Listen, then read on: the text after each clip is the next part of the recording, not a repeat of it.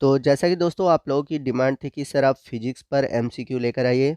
तो आज के इस वीडियो में मैंने आपके लिए बीएचयू बीएससी, बीएचयू बीएससी एजी और बीएचयू बीएससी नर्सिंग से जुड़े हुए फिजिक्स के एमसीक्यू लेकर आया हूं। और आने वाले दिनों में मैं आपको फिजिक्स, केमिस्ट्री और बायो तीनों के प्रैक्टिस सेट प्रोवाइड कराऊंगा, ताकि आपके एग्ज़ाम की जो प्रिपरेशन है वो ठीक प्रकार से हो सके।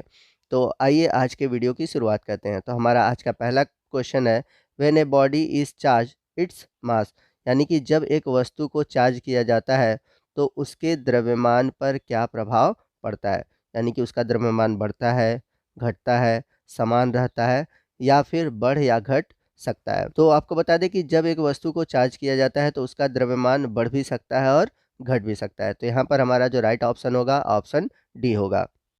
क्वेश्चन नंबर 2 है, the SI unit of electric flux is, यानी कि विद्युत फ्लक्स का एसआई मात्रक होता है। तो इस क्वेश्चन का जो राइट ऑप्शन है, ऑप्शन डी है, ऑल ऑफ दीज। चलते हैं अगले क्वेश्चन की। क्वेश्चन नंबर 3 है, the relationship between electric field E and potential V is, यानी कि विद्युत क्षेत्र तथा विभव में क्या संबंध है। तो इस क्वेश्चन में आपको ई और वी के बीच संबंध बताना है। और इस क्वेश्चन का जो राइट ऑप्शन है, ऑप्शन ए है, E equal to minus D V upon D x.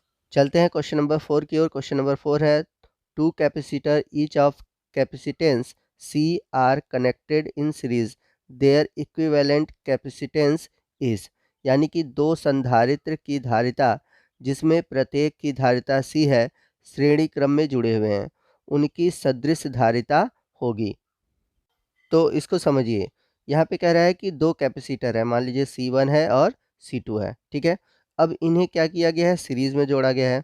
तो जब सीरीज में जोड़ा गया है तो क्या होगा, तो सीरीज इक्विवेलेंट क्या होगा, तो सीरीज इक्विवेलेंट होगा 1/C1 प्लस 1/C2। अब यदि हम 1/C प्लस 1/C को सॉल्व करें तो हमारा आ जाएगा 2/C। और जब फाइनली आप C इक्विवेलेंट निकालोगे तो ये हो जाएगा C/2। तो आपका जो राइट ऑप्शन है, ऑप्शन सी सही है। क्वेश्चन नंबर 5 है, when the temperature of a metal is increased the product of its conductivity and resistivity, यानी कि जब किसी धातु का तापमान बढ़ जाता है तो इसकी चालकता और प्रतिरोधकता का गुणनफल क्या होगा। यानी कि यह बढ़ेगा, घटेगा, स्थिर रहेगा या फिर बढ़ या घट सकता है। तो आपको बता दें कि जब भी किसी धातु का तापमान बढ़ाया जाता है तो इसकी जो चालकता और प्रतिरोधकता का गुणनफल है वह हमेशा स्थिर रहता है, यानी कि कांस्टेंट रहता है। तो आपका राइट ऑप्शन है, ऑप्शन सी। क्वेश्चन नंबर 6 है, विच वन इज करेक्ट, यानी कि कौन सा कथन सत्य है। आपका पहला ऑप्शन है, धारा एक अदिश राशि है और धारा घनत्व एक सदिश राशि है। दूसरा ऑप्शन है, धारा एक सदिश राशि है और धारा घनत्व एक अदिश राशि है। तीसरा ऑप्शन है, दोनों राशियां सदिश हैं। और चौथा ऑप्शन है, इनमें से कोई नहीं। तो इस क्वेश्चन का जो राइट ऑप्शन है, ऑप्शन ए है, current is a scalar quantity and current density is vector, यानी कि धारा एक अदिश राशि है और धारा घनत्व एक सदिश राशि है। क्वेश्चन नंबर 7 है, the SI unit of magnetic field B is, यानी कि चुंबकीय क्षेत्र का एसआई मात्रक होगा।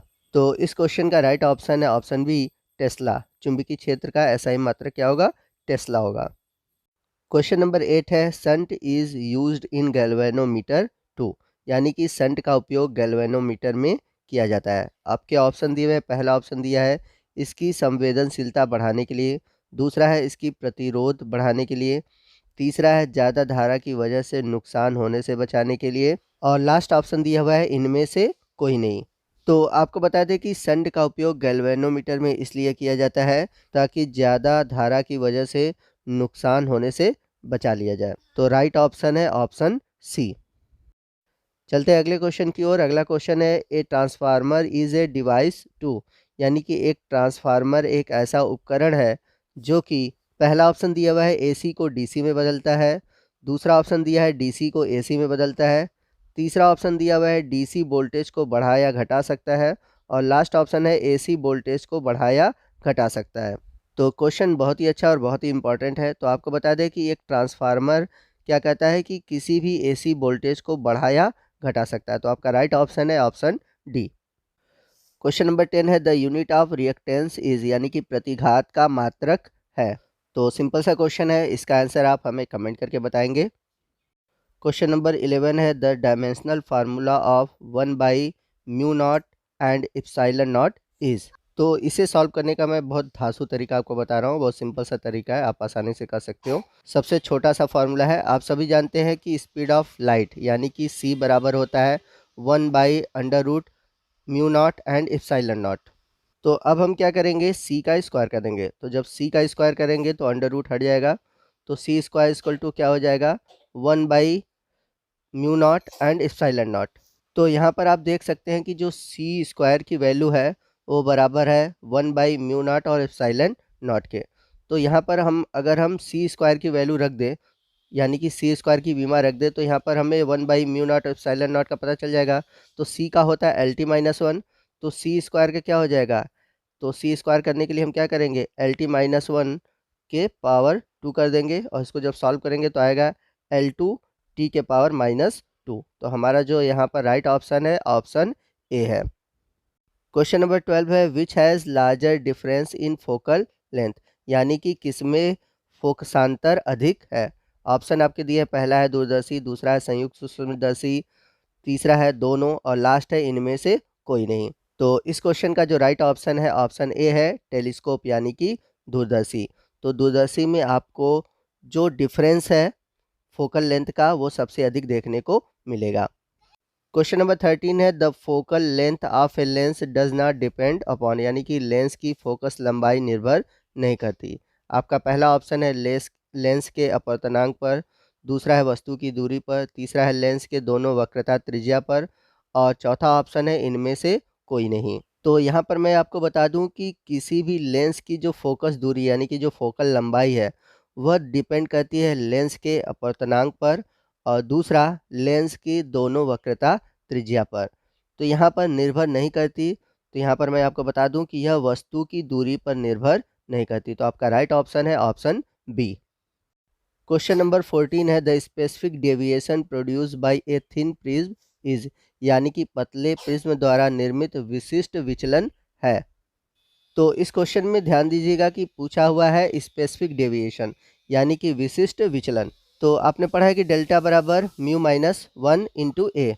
तो यहाँ पर बात हो रही है स्पेसिफिक डेविएशन की, तो हमें चाहिए डेल्टा अपॉन ए। तो डेल्टा अपॉन ए बराबर हो जाएगा μ-1। तो आपका राइट ऑप्शन है ऑप्शन बी।